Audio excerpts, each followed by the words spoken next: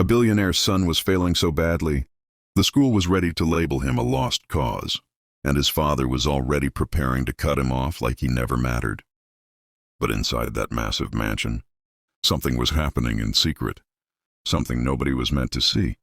Every morning before sunrise, the black maid sat across from the boy at the kitchen table, not serving breakfast, not cleaning, but teaching him slowly, like she was trying to pull him back from a dark place no one talked about. The boy would hold a notebook with shaking hands, staring at blank pages like they were a wall he could not climb, and the maid would look at him with a calm face and say, "Tell the truth even if it hurts."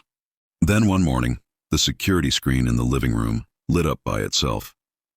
The camera showed the kitchen table, the boy leaning close, his voice low, the maid pointing at his notebook, her hand resting on his shoulder, like she was the only person on earth who could reach him, and behind them, in the reflection of the screen, the billionaire father was already standing there, watching in silence. Jason did not know his father had seen everything.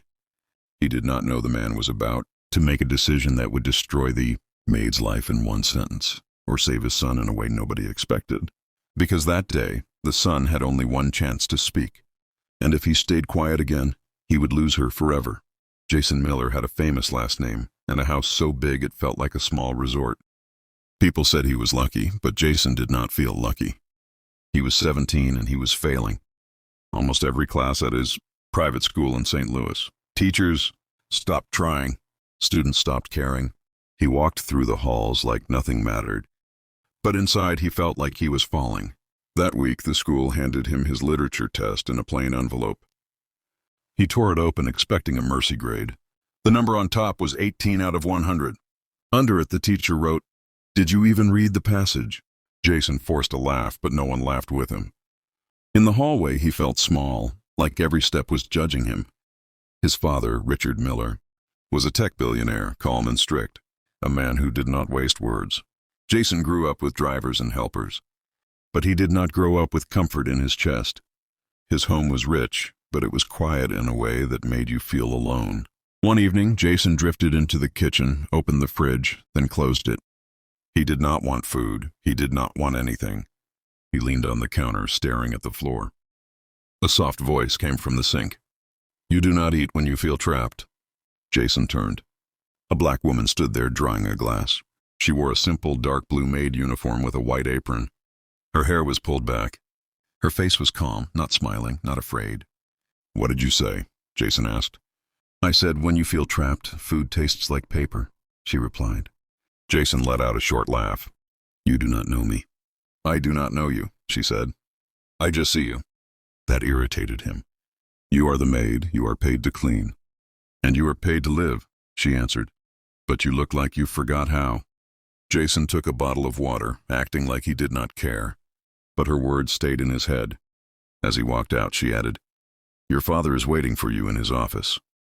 Richard's office was bright, clean, and cold. Jason stood near the desk. His father did not look up from the tablet in his hands. "Sit," Richard said. Jason sat, but his legs bounced. Richard turned the tablet toward him. "These are your grades." Jason glanced and looked away. "They are just grades." Richard's eyes stayed on him. "Your school called again. Math 24. History, no papers. Science 0. You are not even trying." Jason forced a shrug. "So what?" Richard leaned forward. "So tomorrow changes. I cut your cards. I took your car. You will take the bus." Jason stood up fast. "You cannot." "I can," Richard said, "and I will. One more term like this, and you will not inherit anything. No trust fund, no company role, nothing. I will not carry you." Jason's mouth went dry. "You are my father." "That is why I am doing it," Richard replied. "If you keep living like this, you will be a rich man with an empty head and an empty heart." Jason wanted to fire back, but the words did not come. He turned and left before his father could see the fear in his face. In the hallway, he ran into the maid again. She was wiping the kitchen table, slow and steady. Jason stopped, like his body chose it for him. "What is your name?" he asked. She looked up. "Denise Parker." Jason swallowed. "Do you think my father means it?" Denise nodded once. "Yes." Jason stared at her. "Why are you talking to me like that?" "Because you look like you are sinking," she said. Jason's voice dropped. Why do you care? Denise put the cloth down. Because I have seen boys like you, loud outside, broken inside. Jason felt his throat tighten. What do you know about that? Denise did not answer. She opened a drawer and pulled out a thin, worn notebook. Take this, she said. Jason frowned. For what? Write in it, Denise replied. Write what you do not say out loud. Jason took it, unsure why his hands obeyed. I am not a writer. Most people are not, she said, until they stop lying to themselves. Jason looked at the blank pages. And then, Denise's voice stayed quiet. Come here tomorrow morning before the house wakes up. If you come, I will show you how to start. Jason's eyes narrowed. Why would you do that? Denise met his gaze. Because no one taught you how to be human. They only taught you how to be important. Jason felt the words hit him in a place he did not protect well. He walked upstairs with the notebook under his arm. In his room, he sat on the bed and opened it. The page was empty. He held the pen for a long time, then wrote one line. I do not know who I am without money. He read it again. His eyes got hot. He almost tore the page out, but he did not. He closed the notebook and held it close, like it was proof of something he did not want to admit. Downstairs, he could still hear his father's voice through the walls. Steady, in control, talking business-like feelings did not exist. Jason looked at the clock, then at the notebook. Denise said 5:30. He told himself he would not go. He told himself he did not need help from a maid. He told himself he was fine. But deep down, he knew he was scared, and he did not know how to fix it. He set an alarm for 5:30, lay down fully dressed, and stared at the ceiling. His chest felt heavy, and Denise's words would not leave him. No one taught you how to be human. The alarm rang at 5:30. Jason woke up fast, like he had been waiting for it. The house was still asleep. He held the notebook to his chest and walked downstairs, quiet. The kitchen light above the stove was on. Denise was already there, setting 2 cups on the table. She did not look surprised. You came, she said. Jason sat. I almost did not. Denise nodded. That is normal. Pride fights hard when it is about to lose. Jason stared at the cup.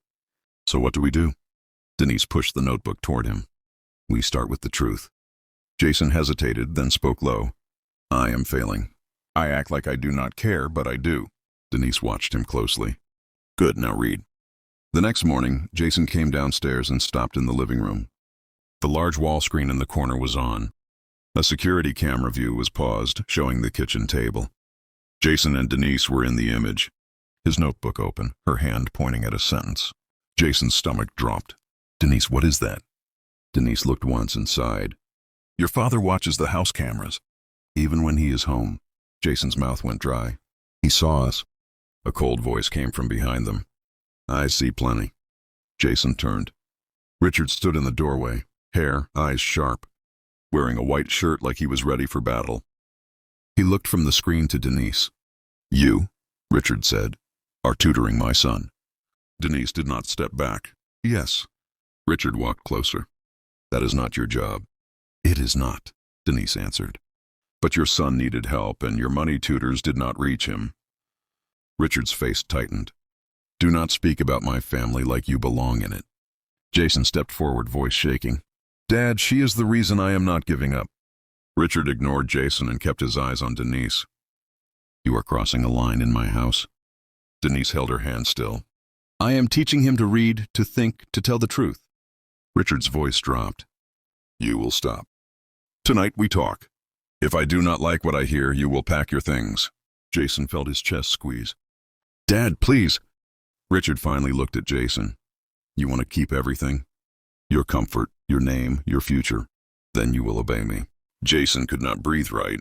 He looked at Denise, hoping she would say something that would fix it. Denise did not try to soften Richard. She only said to Jason, whatever happens, do not run back to who you used to be. Richard turned away. Tonight, he repeated and walked out. Jason stood frozen in the living room, staring at the paused image on the screen. It felt like the house itself was watching him. Denise touched his shoulder, gentle but firm. This is the moment, she said. Now you choose. Dinner that night felt like a trial. Richard sat at the head of the table, calm and hard. Jason sat across from him, trying to keep his voice steady. Denise stood near the doorway, hands folded. Richard looked at Denise. Why are you meeting my son in the mornings? Denise answered. He asked for help. I gave it. You are the maid in my home, Richard said. You do not tutor my son. Jason leaned forward. Dad, stop, she is helping me. Richard's eyes stayed on Denise. You think you can fix what his teachers could not? Denise spoke plain. I am not fixing him. I am teaching him to work.